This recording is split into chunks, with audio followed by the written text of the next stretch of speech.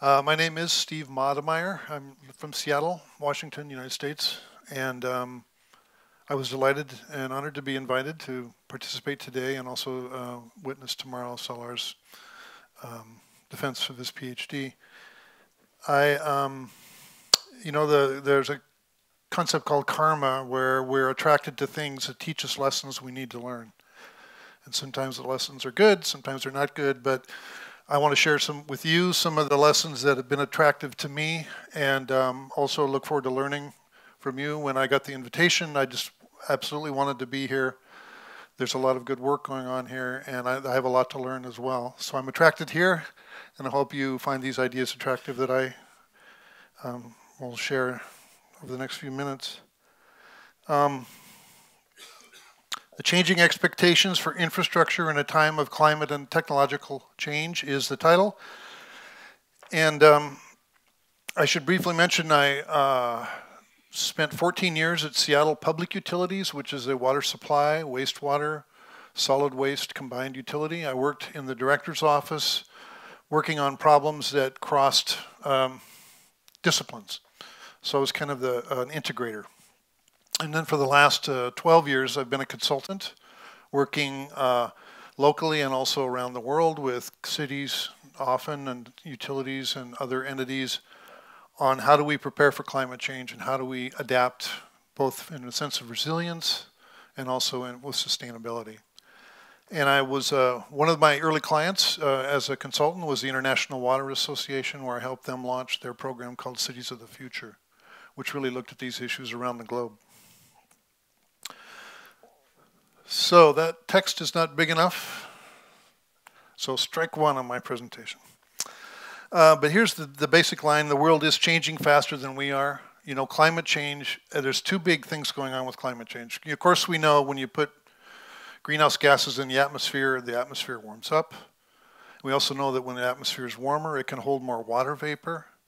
And when you have more warmth, that's more thermal energy. And when you have more water vapor, that's more punch. So everything's kind of amped up. It's like turning up the stove on lightly boiling water. It starts getting more chaotic. So we have that already going on around us. We're certainly seeing it all over where I live in the Pacific Northwest, where the climate is changing around us. The ecosystems are adapting around us. At the same time, with climate change, there's kind of two key elements about it I wanted to mention. One is that as the poles warm quicker than the equator, the jet stream that surrounds the poles gets more wobbly, because when it's really cold and really warm, then it was kind of kept in this kind of orderly thing around the Arctic. As that temperature differential gets more neutral, the jet stream can kind of wobble, and it can wobble down and create extreme events that we wouldn't have expected otherwise. This wobbling is hard to predict, particularly when and where and how long it'll last. And so that's one of the key drivers to climate change, is that it's not necessarily an orderly, slow process from where we were to where we're going to be. It could literally be someday it just changes, and it changes forever. The second one is that there are positive feedback loops that we really, really need to be worrying about. And this is, for example, up in the Arctic again, when the permafrost melts, there's less snow. It gets warmer. The melted permafrost releases methane, which makes the planet warmer, which makes it melt more, which releases more methane. And these sort of runaway positive feedback loops are a real problem, because if we trigger those, or we may have already triggered some of them, then we're on a pathway where we literally have to try and not only stop polluting the atmosphere with carbon, we may need to figure out how do we undo that. And doing that at a global scale, extremely difficult. But in the meantime, we all have to live in the cities, we have to live in our communities, and we have to manage what all this change means. Equally, the other vector is technological change, and it's not necessarily going to make it better. It might, but there's also rapid change going on. Things that we used to know were true are changing all around us right now.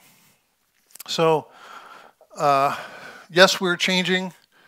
But we're not changing nearly as quickly as the ecosystems are around us. So let me see if I can figure out how to read this.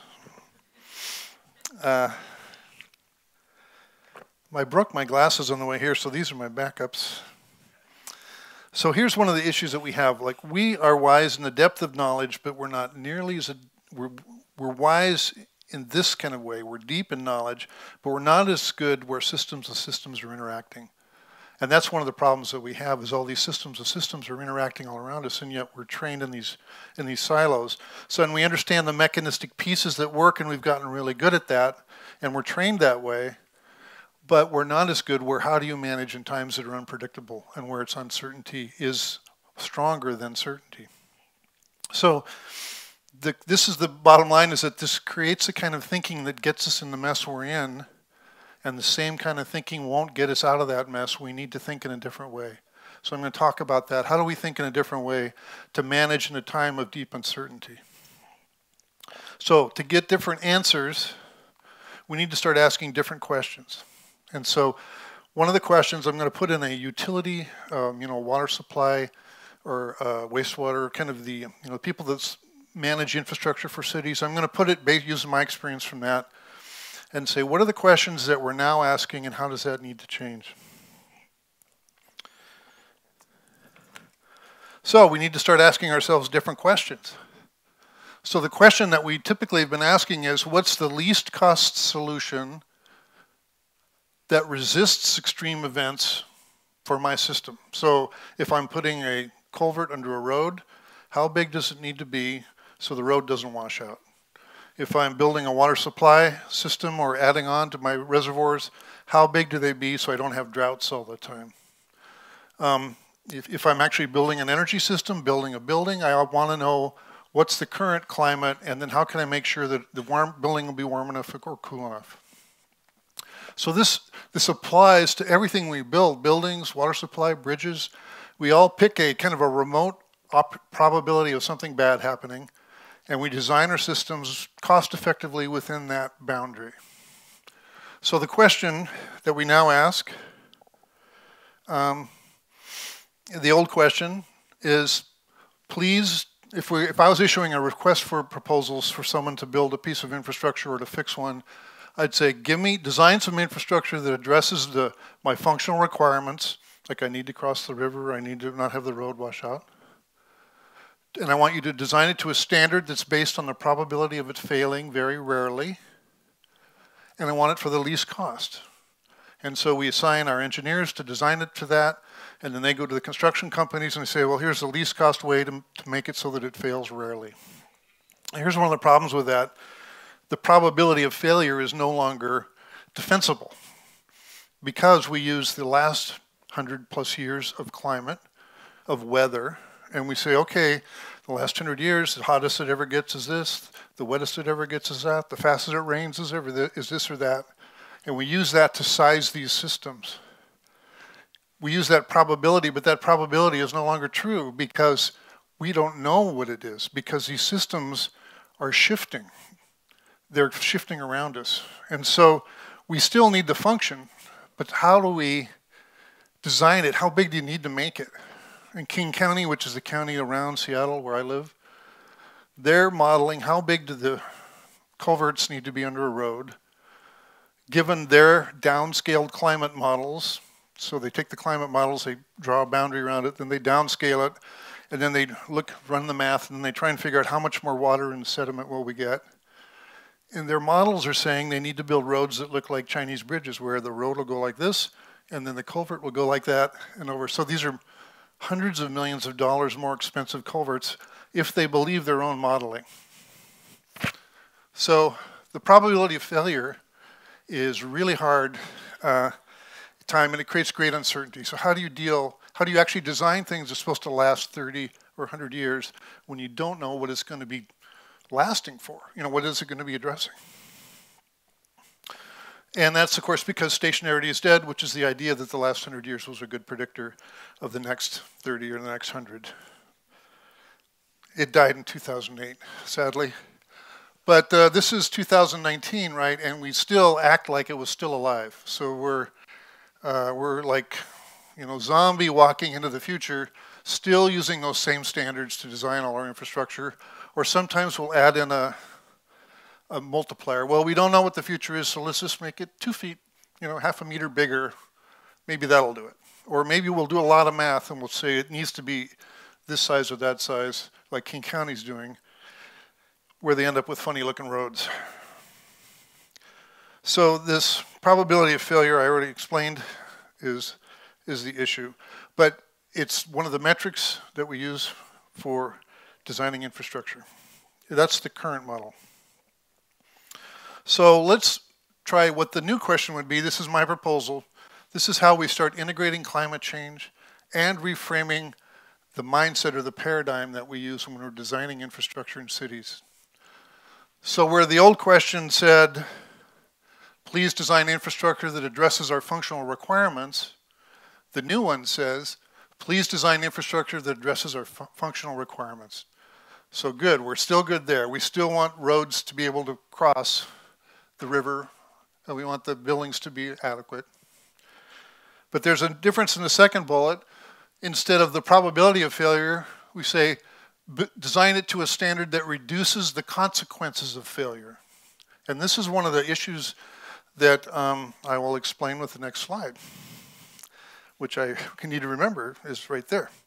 So this is a new performance metric that we're proposing that will change the way we design infrastructure and make it more flexible and adaptable to an uncertain future. It's a new performance metric. Why should reducing the consequences of failure become a new performance metric?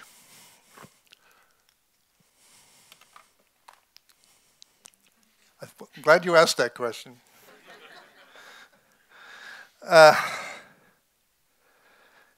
When infrastructure is required to reduce the consequences when it fails, when infrastructure fails, here's the thing. When we design these systems, we pick up to a failure rate of 1%, for example. There's a 1% chance in any year that we'll have a storm so big that this fails. But that's the end of our investigation, mostly. We don't actually say, when it does fail, what happens, and how do we make it so that whoever it fails for it can come back quicker. And so that's basically what we're saying is we need to keep going all the way through the problem and not only design it so that it fails not very often, but that when it does fail, because we don't know anymore how often it will fail, then how do we make sure that we pick an alternative that minimizes the consequences to those who are impacted? And a lot of times those who are impacted might be the least economically viable. They might live in the low areas that flood a lot. Or they might have, or if they have modest incomes or businesses, if they close for 3 days or they have 3 days of missed work, that's one thing. But if they close for 2 weeks or a month, they go broke. Well, at least they do in the United States. So, in fact, in the United States, 40% of small businesses fail after a major event because they don't have enough savings. They still have to pay rent and their debt, but they have no revenue. And once a month goes by or more with no revenue, they're incapable of digging their way back out. And if you think about Puerto Rico, got smacked by a couple of hurricanes a few years ago, they are still trying to dig their way out. It will be decades or more. If another one comes, that'll be a second punch. And so that's the problem. When consequences start happening sooner than recovery is over, then you start declining the system. And this is basically what's going to happen with all of our urban infrastructure. We don't know if it'll be dry for months that it never used to be dry, or we don't know if it'll be flooded for months that it never used to be flooded. But we do know that it's going to be stressed and it will fail more often. So if we add consequences, that helps. So, and then the third bullet, we used to say for the least cost, well, we're mostly still there in the new bullet, for the least cost that maximizes our shared values. And this is a practical, ethical, and again, it can change the way that we think about what our work is. Because when you start thinking about the consequences and our shared values, then you start broadening from, well, I'm just the water supply person, so all I worry is about water supply. And when you think about how we get trained in our universities, if you get a PhD, you're getting extremely detailed information about a very a narrow range, unless your PhD is one of these. But mostly, we're training people like this. And even your job description or the organizations we design, we don't want the wastewater utility to be building parks or new housing developments. So we constrain what they can do with the resources they have. But this constraint makes us blind a little bit to these horizontal, these integrated impacts. So if we use shared values, then we get to something that I just, oops, that's why that's not working. Then we get to this, why maximizing shared values is so important. This graphic I borrowed without permission, although I asked for it, but I only sent it to her yesterday. Karen O'Brien at the University of Oslo. I just watched a webinar she did like Monday. She was showing this graphic and I was going, that's the one I want. That's what I'm talking about. And it basically shows that you have kind of three realms. You have the practical realm, where in 0 to 30 years we do things that we think make a difference. You have the political realm that kind of surrounds it, that kind of says yes or no to what you're trying to do in the practical realm. And then you have this outer realm, which she calls the personal, but she's calling it's where the beliefs and the values, the worldviews, and the paradigms exist that frame how we think about everything. And when people are looking at climate change, there's lots of people saying, we need to change the paradigm. What we're doing is wrong. Our planet is unraveling. We need to change the paradigm. But if I just do something practical, how does that help? And besides, I have a political system that doesn't want to do that because there's powerful entities in that system that don't want that to happen. So this is one of the beauties about adding the idea of shared values into the process of designing infrastructure. So when we do that, we tap into the fundamental building blocks of the community. And I do this. This is part of my practice. We work with communities and cities around issues where they're kind of having problems. And the first thing we do is we say, okay, and if you were all in our group when we were working, I'd say, okay, take this little sticky and write one thing that you think we all share as a value. So somebody might say equity or justice or love or whatever it is. Everyone writes and they say, okay, put it up on the wall. And they put it up on the wall. And if you see one like the one you have, then put it next to it. And what you end up with, then we all sit down again. We would see that there's about 9 clusters of ideas, of values that we share, that we all share. And then we say, okay, we're going to use these clusters to identify the best solution for what we're trying to fix. So we're not just going to use the least cost. We're also going to use the least cost that provides the most value to the community, which could be economic value, but could also be other things. When you add shared values to capital projects, the promise that you make to the entity who has to manage the budgets is, we're going to provide the same or better levels of service for the same or less cost. So if you know that a road project is going to cost $1 million, to me, that means we have $1 million to do something better than what they had planned. And if all else fails, we'll do what they planned. But if we can come up with a better project that does a better job of meeting the community values, still allows the function, and is $1 million or less, then maybe we should try and do that. And what happens is when you do that, you end up with solutions that are better often, not always. Often enough what we do is just fine. But when you add this in, then you get solutions. So let me give a brief example from Colorado, which is, the Rocky Mountains. They had a major drought in 2011. They had fires in 2012, and they had floods in 2013. And that often happens. You get the drought, everything dries out, then the fires come through, leave all this debris, and then a huge rainstorm comes, and all the debris and the water runs down these steep valleys. This particular disaster was $11 billion in damage, and it went down the valley with 40 feet of water and debris and just blew out about half a dozen bridges, bam, bam, bam, bam, as it's going down the valley. So those bridges, the standard they use in Colorado is 1% of the time the bridge needs to be able to not fail, 99 events out of 100 on any given year. So previously the bridges were 25 feet over the river. Now they have to be 45 feet over the river because one time in the last 100 years we had a 45-foot wall of water going through, 45 feet being something like 15 meters. Why not?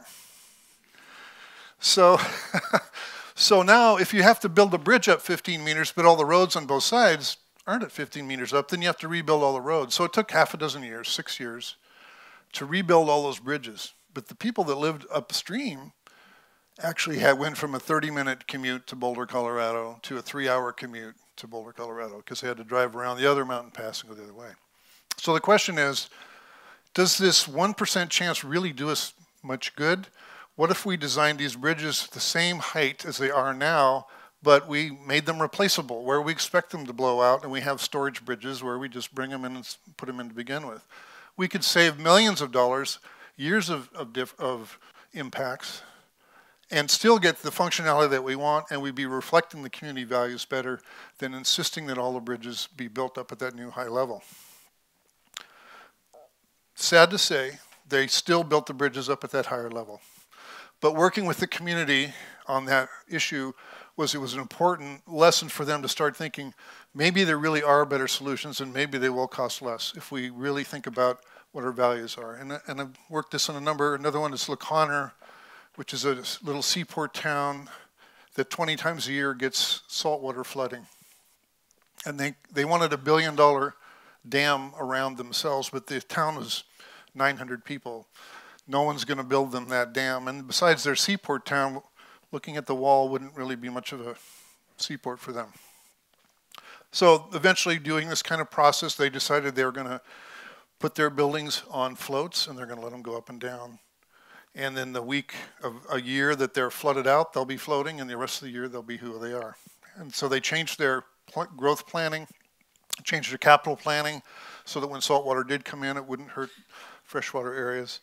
And they did it together, and they invented it together, and they all owned it, and that really helped in that political ring. When you say, we're doing these paradigm values to decide what the best project is, and we're doing this project on action on the ground that costs the same or less, then it's much harder for the political realm to really block that when they're kind of getting it from both sides. So it really is a way to kind of transition. So the idea that we need to ask new questions in order to get these new answers, I guess, is the main #1 theme here. And we need to use the money that we spend now for infrastructure, which is trillions of dollars every year, even when we're upgrading current systems. We could use the money we're now spending to adapt them to be more adaptable and flexible and to better reflect our shared values. And we can do that just by changing the question that we ask. But when we do that, we're also building adaptive capacity into our system, and we're making it more possible to reflect that big idea, the big paradigm that we're trying to get to happen. So let me stop at that, and then we can go to, is it questions now? Okay, thank you.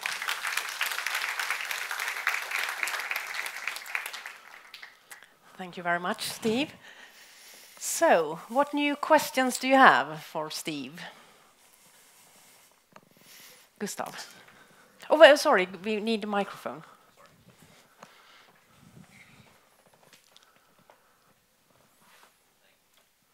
Thank you very much for interesting information for us. And we know, of course, 100-year events will maybe appear every 10 years, 10-year events will appear every 2 years, and so on and so forth. And you mentioned about design according to new rules. My question is, well, in the design, you make the system, let's say, more robust to withstand disturbances. How do you look at operations to prevent the consequences of the events? And I'm thinking about, can you add, for example, in information layer, early warning systems and things like that in order to make the system more resilient? Yes, but I would first say that you don't necessarily make the system more robust, meaning more able to resist. You might make it like the Colorado example, well, we're going to break more often, but we're going to get fixed so much more quickly, it'll be a better solution.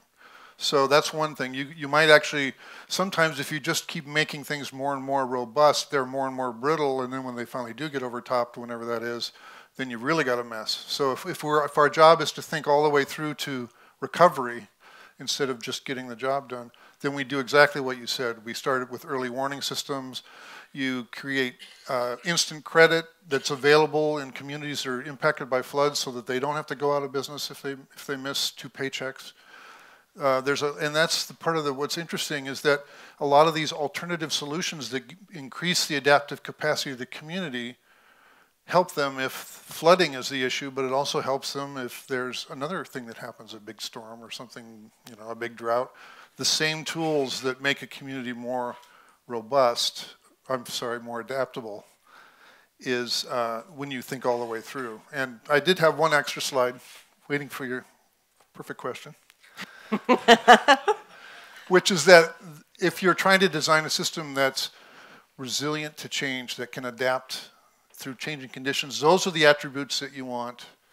And so that's another kind of a checklist that you can do to design a system that is more than just don't fail at a certain rate, but actually make the whole community more adaptable to an uncertain future. Yes. Thank you for your lecture. My name is Misa, PhD student. I just have a question, very general question. When we are talking about making changes, any change that we make in any kind of urban infrastructure that we have, it will just add to the complexity of the urban complexity that we have. And our equipment, facility, our knowledge is very limited to actually predict the next kind of consequences that we have. And you were also highlighting that it's better to hurry. And how do you explain that we don't have time to actually understand the consequences, and we are in the time that we have to hurry? I mean, in terms of like the example that you gave from the Colorado, there is no guarantee maybe if we built up the bridge with this height that you were proposing, we don't have other kind of problem in the future in terms of ecosystem or whatever. Exactly. Yeah. So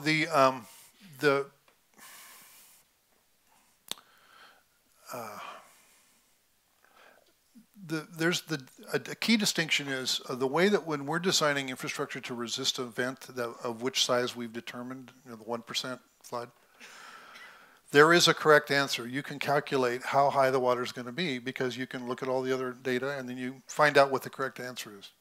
So that's called complicated. There is a correct answer. You can bring in expertise and algorithms and figure out what the answer is. But when you're in a world that's complex, where the future won't reveal itself until it reveals itself, when there's things that are moving that make their own choices, where the interactions are happening outside of your control, where you don't know what it's going to be, then you want to use these attributes, and that's where complexity comes in. And you say when you're in a world of complexity, you change your decision-making paradigm. You look for shorter-term solutions that meet your need, recognizing that it may need to be very adaptable. So you maybe look at a range of scenarios of futures that you can imagine, but then you make your incremental changes in a shorter bias with the recognition that I want to, basically the no regrets idea. If I do this, I'll be better off no matter what. But when we just keep saying, I know what the answer is, I just calculated it, then we're not doing complex thinking, we're doing complicated thinking, we're resisting change instead of adapting to it. And these attributes are how species survive through the millennia. So these are based on the science of ecosystem resilience. And we're just applying those to the way we design urban systems so that we, again, will be as adaptable and flexible. Yes. Thank you for that. I'm seeing people nodding when you're speaking, so they obviously agree. You have one more question there. Hi, my name is Seth. Thank you very much for your lecture. I have a question, since what you are talking about, I'm thinking this is initiatives that will have to come from the municipality and the state. How would you recommend for the private sector, since they're mostly controlled by financial incentives, how do you recommend a change coming from the privates? Do you have any tips on how that could happen? Initiatives coming from the private sector? Yeah, that's a good question. Well, I mentioned that 12 years ago I went into private consulting, so I'm in the private sector now, and I have a bunch of clients that are private sector clients. And remember that promise I said, the same or better levels of service for the same or less cost? That when you're in the private sector, if you're going to be putting millions of dollars in something, you're hoping that you're betting correctly, that the answer is what you want.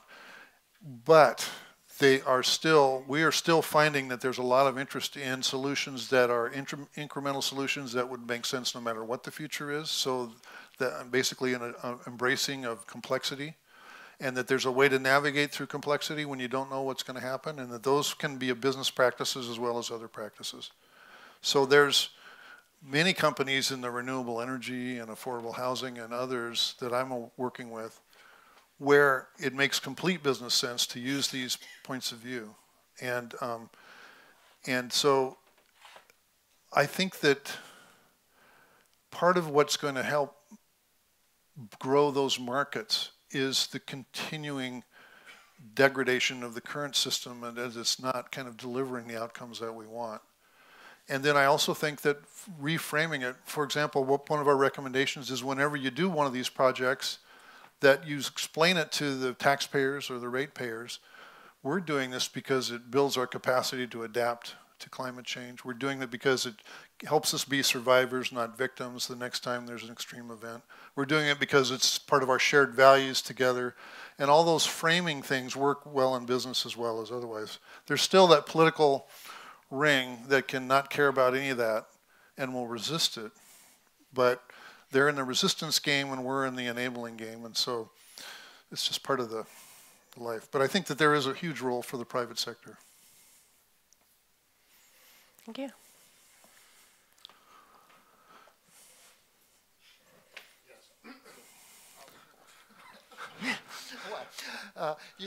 Well, the private sector. So we heard of the different sectors. They need to cooperate in different ways, and I would like to hear you elaborate a bit on what and how the state or governmental should act in this, in your view, on how to speed up things, and how can we help them from the university sort of? Yeah. Well, and I'm from the United States, so we have states. And then we have United States, and so the federal level is one level of. Am I going too basic for you? Okay, let's take this to the 201 level. So, for example, in Washington State, where I live, they have adopted value planning as something that they will fund if a community wants to do it. So.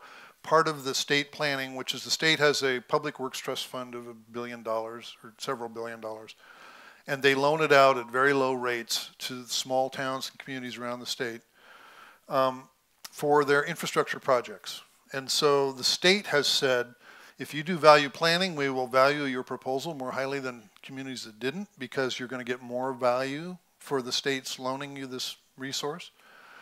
And so that's one way the state can incentivize through saying, if you do this diligence of asking the new question, then we're going to rank that higher when your solution comes in and shows us how you're doing that. So that's one way the states the state of Washington is playing. Colorado, where I also did some work, that state, they're also taking more of an explicit resilience approach, but it's akin to what I'm laying out here. So they are creating incentives through the DOLA, which is Department of Local Affairs, again, with funding and incentives and planning for people to start thinking in this more integrated way. So that's a key piece, I think, is the state can reinforce that. At the federal level, they're doing an impeachment, so they're not doing anything. Okay, thank you very much, Steve. Oh yeah, thank you. There's one question. Short one. I was thinking about, you're from United States. My name is Lena Blom, by the way. Looking at Europe, we have the Water Framework Directive. I assume in the States you have another kind of view about the water issue, sharing water, private-owned water. How do you think that will affect the possibility to make measures? Yeah. So yeah, the framework directive for water, where is really good model. In the United States, where we have water rights that are owned by people or entities, and they have the theory first in time, first in right, meaning since I got my water right in 1890, I'm more important than you who got it in 1990. So the 1890 water right holders sometimes they hold more water rights than are in the river itself or in the basin. So the rights exceed the water that's available. That's the Colorado River, which is a major supply in the southwest of the United States, including Los Angeles. That's the case there. There's more water rights than there is water. So what you do is what we've done. We used a similar, it wasn't value planning, we called it watershed planning when we did it, but we basically, again, pulled together all of the interests, the water right holders, industry, real estate development, governmental, local, state, tribal. At the time I worked for Native American tribe, so I was representing Native American interests, and they're actually quite strong because the first in right idea is they were there before anybody, so they actually have a pretty senior right. Anyway, and we basically did that shared values exercise. We said, what do we all really value together? And then we negotiated an outcome. And the farmers, who everyone figured was going to be the toughest because they literally can't plant if they don't have their water. And the fish that the tribes owned, they can't swim upstream if the water's in the field instead of in the river. So there was definitely a kind of a lose-lose thing going on there. At the end, we reached agreement around shared values that the farmers would let that year go if that's what it took for the fish, if the tribes would do other things that made sure that it wasn't just willy-nilly fishing making the problem, it really was the flow.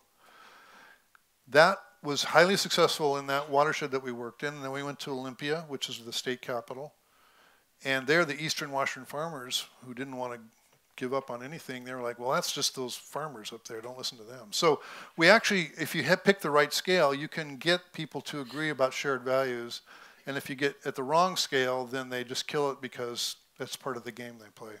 So again, I think that I hadn't thought of it till just now, but that example was the Karen, what's her name? Yeah, Karen O'Brien model, where we were doing a local thing and we were framing it in this paradigm in a way that made it worked at the political level locally, but it wasn't able to spread. But we needed to basically replicate that process, which actually the state has done since. There's now been 26 watershed plans. Well, thank you for your time. I enjoyed. Looking forward to the rest of the day. Thanks.